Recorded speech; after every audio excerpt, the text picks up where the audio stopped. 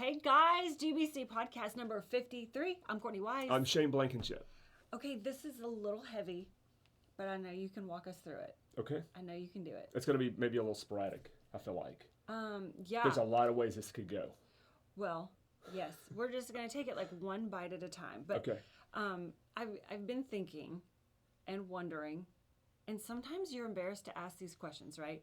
But reading about, like, in the beginning, in Genesis, Adam and Eve, the fall, we all know the story. But, like, why would a loving God let the serpent tempt Eve, let her make the choice that she made, and Adam, do all that? Like, what did he create us for if he just knew we were going to mess it all up? Which, when she kind of posed this question before we started rolling, I was like, well, it's going to be the shortest podcast in the world because I'm going to be like, I don't really know.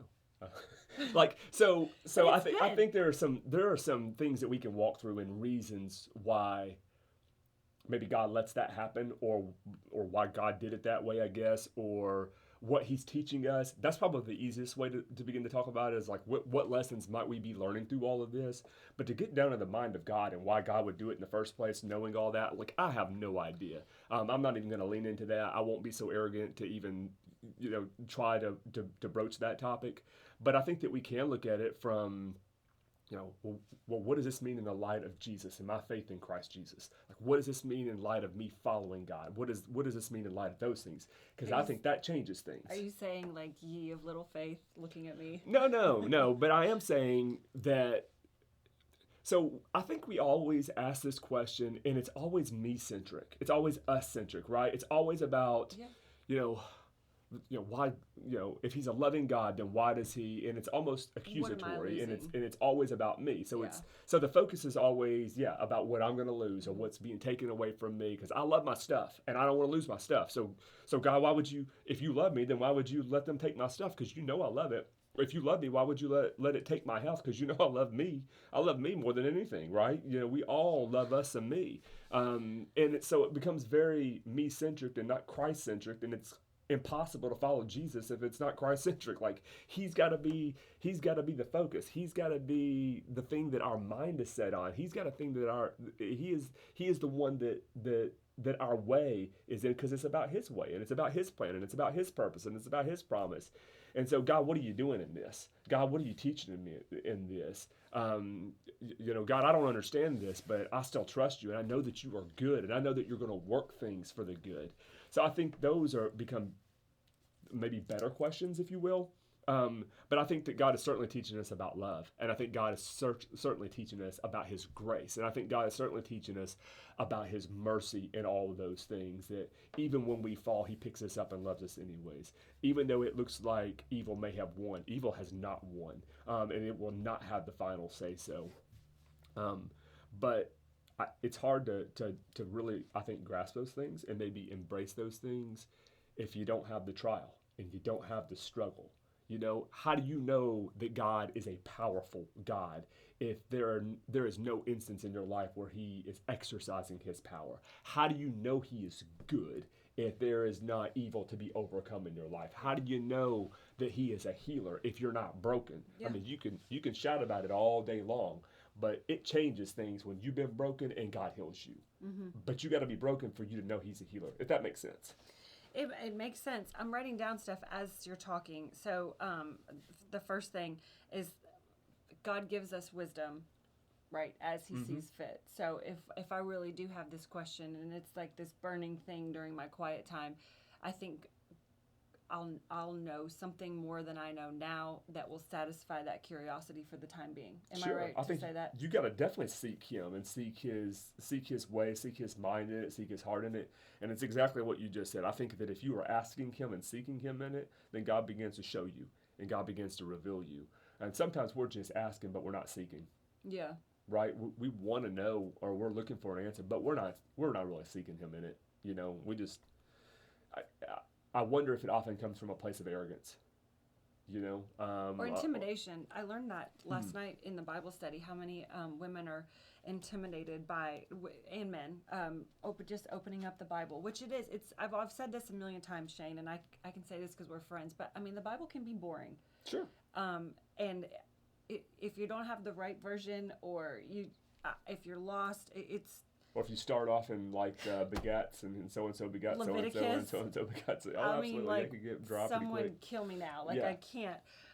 So I've personally had to like pray for the desire to want to read the Bible, and now I'm there. You can see how I love it now. But I understand that, and so yes, these questions do require you to have some quiet time with God and For pray. sure. But I think what you just said, on top of just the pure intimidation of this thing right here, it's like, I don't even know what I just read sometimes. So that another thing that I wrote down as you were talking is like, God created us for his pleasure, and so like he can really do whatever he wants. Yeah. I mean, like, that's the only thing that I can really, I'm like, it just is what it is, which makes me humble at the same time. And I think another way of looking at it is for his glory. God created us for his glory, and he wants to reveal who he is, not just to us so that we would know him, but make himself known through our lives. So I think a great example, looking through the scripture, people who were born, there's a man who's born blind, and the disciples asked Jesus, well, who sinned, this man or his parents? Because he was in the womb, he was born blind. Yeah. So it was like, he got to sin somewhere in life, and because the prevailing thought was, well, God's punishing people have done something wrong for their sin, right? I mean, that's the prevalent thought in the ancient world, among Hebrews, among pagans. I mean, you name it, right? God's punishing us, and so must have done something wrong. Yeah. And Jesus says, he didn't do anything wrong, and neither did his parents. This isn't about his sin. He was born that way from my glory. And then Jesus opens his eyes. And so, as I've talked many times on a Sunday morning, recovery of sight for the blind, the restoration of sight to the blind, that's something that only the Messiah does. That's something that only God. This is going to be one of the signs with, how do you know this is the Messiah? How do you know this one is God and not just a prophet or not an imposter? Because he can give sight to the blind. So, the disciples are asking questions about this man's past or present or whatever, or his parents and sin, and Jesus is like, no, he was born this way, because watch what I'm about to do, and I'm going to open his eyes. And this incredible miracle that happens, does the 30 years, I'm just going to throw out a number, does the 30 years of suffering through life as a blind man even compare? Does it even matter anymore? I guess not. I mean, it does matter in the whole grand scheme of things, because that man knows what it's like to be blind, and he knows what an incredible gift that God has just done for him. But we don't know anything about his past. What we know is about the miracle that Jesus did in his life and what happened next. That's what we know. It's incredible. It's an incredible story. I mean, even his parents are like, that's their son. And I don't know how he was healed, but he's obviously been healed. And of course, the text even tells us, like, they're scared they're going to be thrown out of the synagogue, because everybody who starts following Jesus are being thrown out. Right. And in that moment, that's costing them community. So, hey, that's a nice segue, right? So Jesus says, hey, if you want to follow me, pick up your cross and follow me. Yeah. If you want to follow after, so that, I mean, picking up your cross speaks to suffering. Picking up your cross means this is going to cost you something. Persecution. There's going to be, this is going to be hard. It's not going to be easy. Blessed in unbelievable ways. I mean, you're going to experience things and know things and see things that you would not otherwise if you don't follow me. But there's going to be a cost to this, to following me. And well, you were blind, but now you can see. I mean, how many believers say, like, I feel like I was asleep, and then when I was saved, or when I had an experience with the Holy Spirit, I became awake. Mm-hmm. I spent, I'm 40. I spent the first 40 years of my life. I mean, I'm not going to say that. But I spent the first 40 years of my life asleep, and now I'm awake. It's the same thing. Absolutely. So he restored my eyesight to have a more heavenly view, perspective, rather than just thinking about these earthly things. So, like, all of this makes sense. It's still just a hard question. Yeah, it's still a hard question. Again, I don't know if there's great answers out there or satisfying answers. Like, if you really have that question, I don't know. But I do know that maybe there are better questions that we can ask. And I wonder if there are more God-centric questions of, instead of, why would God let this happen? Is, well, what's God even teaching us in this? Yeah. Like, if God is revealing to us something about who he is, making himself known to us in what way? Well, maybe the better question is, God, what are you trying to do in this? What are you teaching me? I know you're good, and I know you're in control, so I'm gonna trust you. Yeah. Show me what you're trying to teach me in this. Well, and I think, like, giving us free will, like doubles his glory, you know, because like through all the hard stuff, if we can still choose God and if we can still say like I was blind but now I can see, it doesn't it make it just that much more glorious? Absolutely. One example that comes to my mind is John the Baptist. Yeah. So John the Baptist, Jesus says about John the Baptist, he is the greatest man who's ever lived. Right. So if Jesus says you're the greatest man who's ever lived, then you're the greatest man who's ever lived. Yeah. We're stacking that up against Moses, against Abraham, man Elijah, against Elijah, Love against him. Elisha. I mean, that's a pretty incredible claim. But Jesus says there's nobody greater that's ever lived than John the Baptist. Because John the Baptist has this unbelievable opportunity, right? He gets to announce the coming of Jesus. He gets to do what these people would have just dreamed of, right? Could only imagine.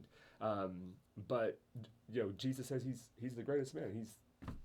You can't compete with that. Okay, but what happens to John the Baptist? Well, his life ends with his head getting cut off. Yeah, I was just By Herod. It's a crazy story. Like you could definitely go read and have fun with that passage because start there. Just kidding.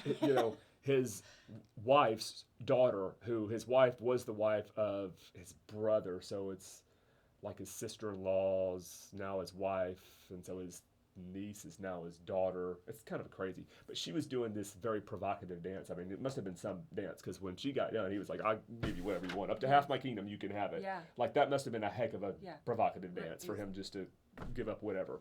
And she said, and then of course her mom steps in and says, tell him you want the head of John the Baptist on a platter, which is kind of a sick thing. But that's what she does. And that's how it was back then. So then he's stuck. Because there's indication that he really doesn't want to do this, right? He knows that the people have a high regard for John the Baptist, and then even he likes to listen to him. He thinks he's crazy, but he likes to listen to him. He's interested enough to listen to. So, but during this tenure in prison, there's a moment when John sends his disciples to Jesus, to where he's at, and basically it's in a moment of questioning.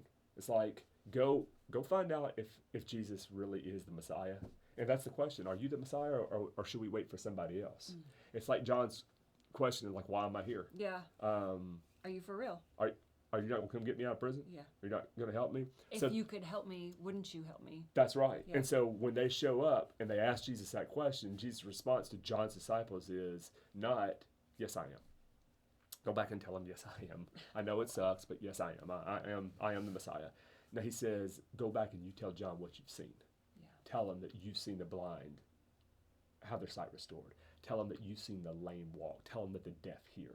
You go back and tell him what I've done. That's the answer. And so they go back and they tell John what they have seen so that John knows. Mm-hmm. He's reassured in that moment. And Jesus does not get John out of prison. As a matter of fact, if you look at what the text says next and you get a map out and you see where Jesus goes, he doesn't get closer to John. He goes way, way far away from John. Yeah. And John will pay with his life. It's good. Yeah, I mean. So for us, though, and if you're someone that might get a little intimidated by reading something like that, or it's just a little too heavy for you, I do have a verse for us, but not specifically. Colossians 3, the first. Okay. Since then, you have been raised with Christ. Set your hearts on things above. Mm-hmm. Set your minds on things above, not on earthly things. And then let the peace of Christ rule in your hearts. That's on down. Let the message of Christ dwell among you. And then further on in chapter 4, devote yourselves in prayer. That was really the only thing that I could come up with when I was praying over this. I was like, okay, so, Paul, it's Paul, right? Yeah. He tells us how to think. If we're questioning God, he tells us how to think. Am I right? Absolutely. And he calls us back to that. So I think with this text, and I preach this text on Sunday, right? And then I use the story of David and Mephibosheth as an illustration of this very text of what you see that God is calling us to set our minds on things above, that if his peace is going to rule in our hearts, like we have to let it. And that's what he says, let the peace of Christ rule. Let his word dwell among us richly. That it's not just going to happen. Like it doesn't come automatic because you said a prayer. Okay, you need to say that again, because if you're zoning out, this is the hard part.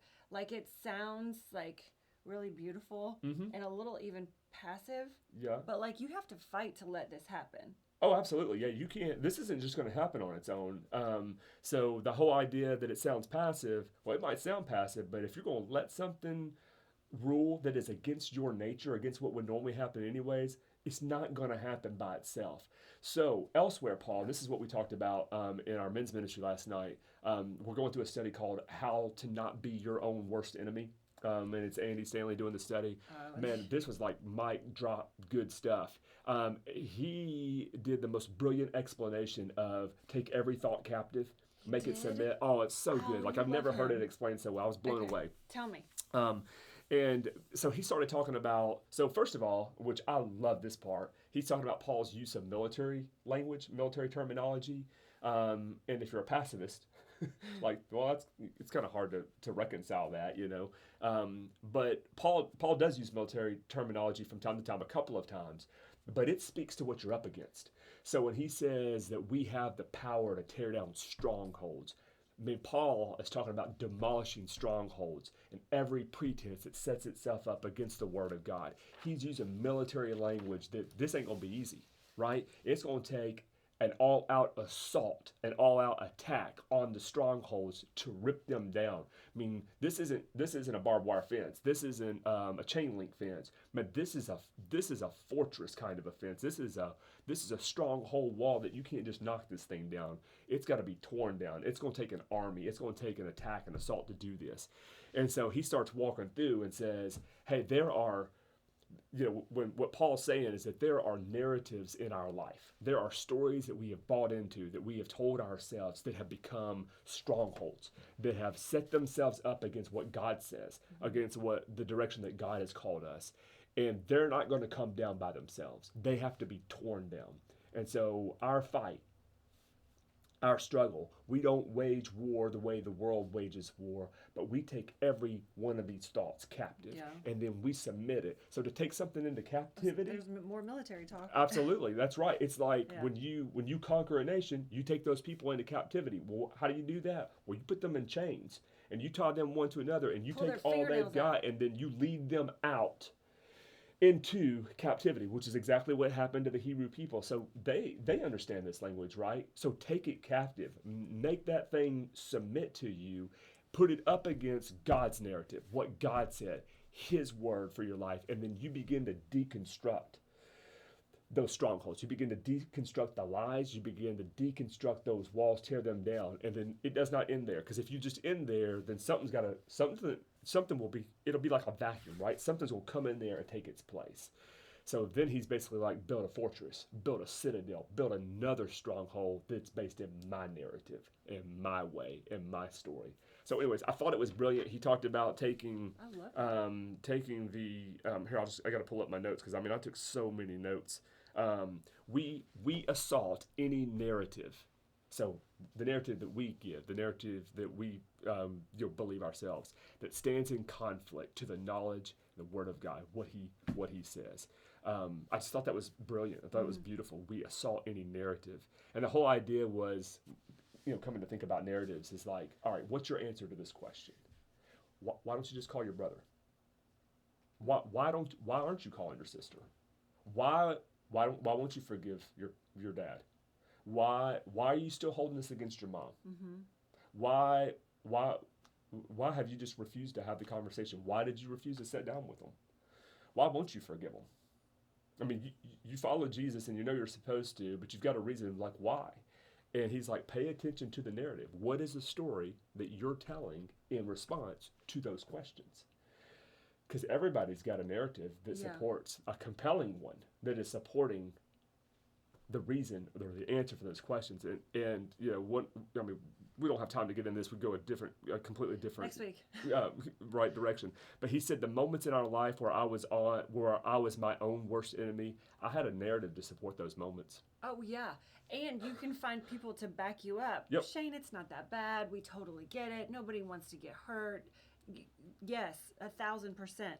You know what I was thinking, and I don't want to take this away. Yeah. Are you? Yeah, go ahead. Well, if you actually have a story in your life, or you've been able to put some pieces together of where you feel like you have fought a stronghold and you broke through, then it does feel like you fought a war.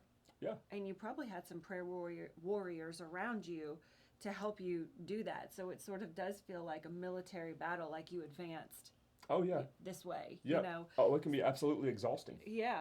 But I think sometimes like you have to have that, like we have these stories, these narratives that we tell ourselves, but I think you have to really pay attention to like the one or two times that you do have a huge breakthrough and write it down and post it somewhere where you can remember it, because that's what you're talking about. And if you haven't lived through something like that, or at least put words to it or legs to it, you're like, I don't even know what Paul's talking about. Set your mind on what's above. Like, what does that even mean?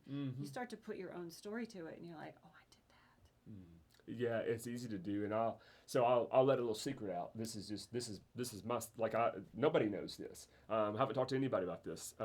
Secret time. You know, from this past week. So, you know, talking about like that exhaustion and that battle and that fight that you're up against. So Sunday, after I finished preaching, like I felt defeated.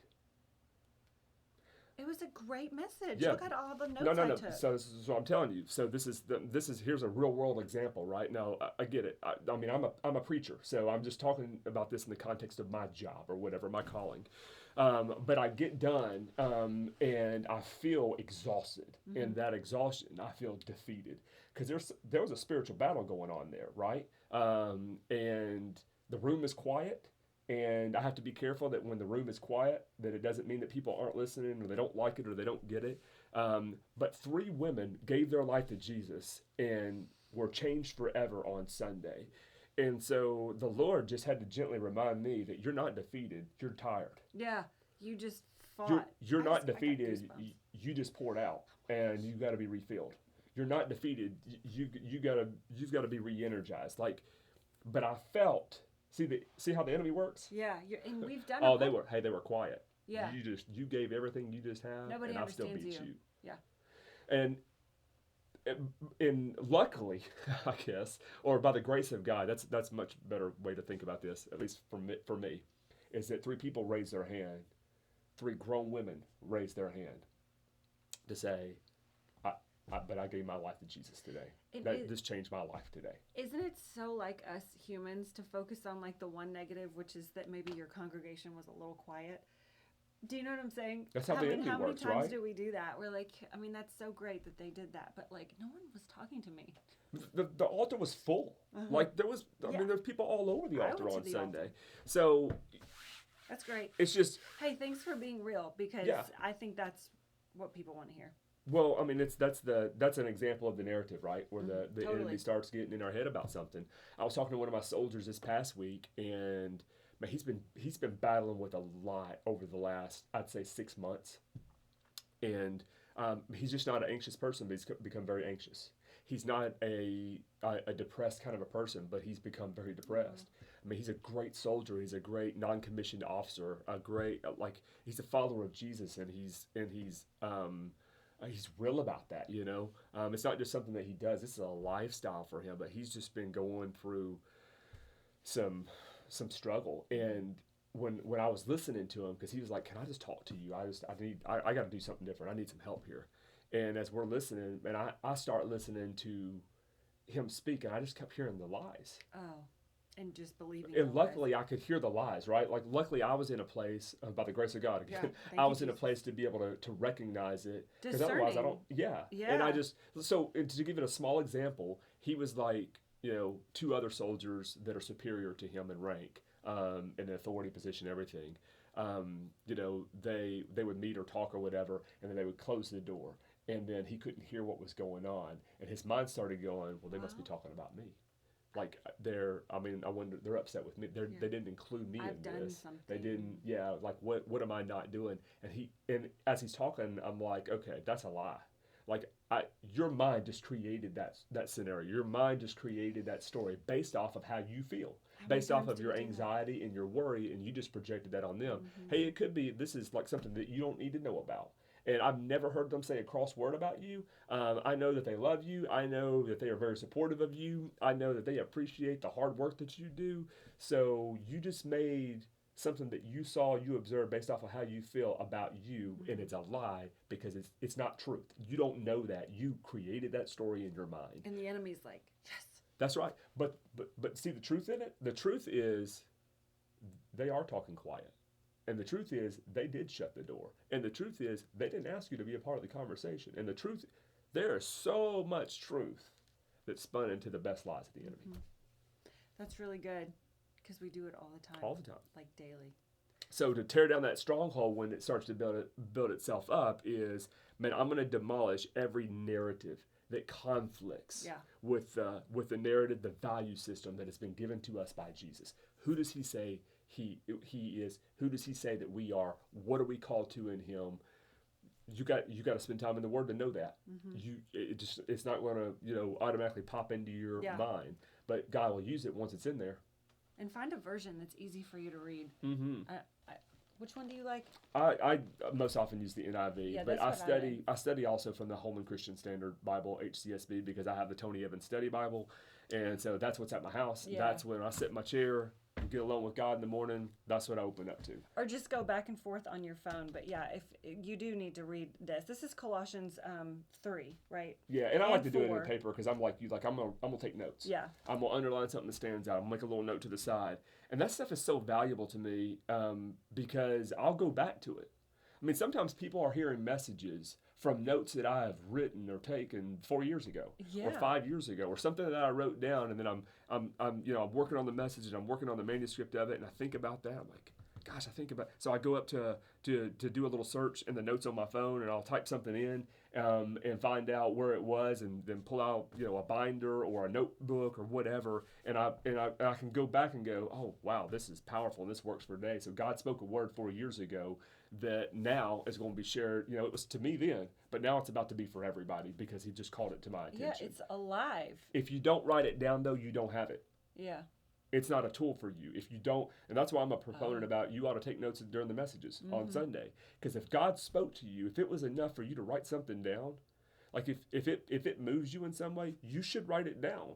At least put it in your phone or something so that at some point you can come back to it, or that you can just maybe part of your quiet time refer back to it. Otherwise, you're just taking notes and it's meaningless. No, I agree, and I also think what you just said, like a tool, like you use those very words. I'll just give you an example. This is from Shane's message on Sunday. He said, "Don't let the enemy spin it another way." Just very simple. Like anybody could have said that to me, but I wrote it down, and now I could like spitball that back.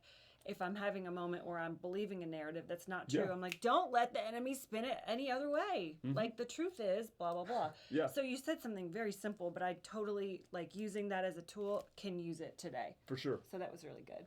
Yeah. Okay, friend. Good podcast. Yeah, that was a good word. That was more smooth than I thought it was going to be. Yeah, I know. I surprised him today.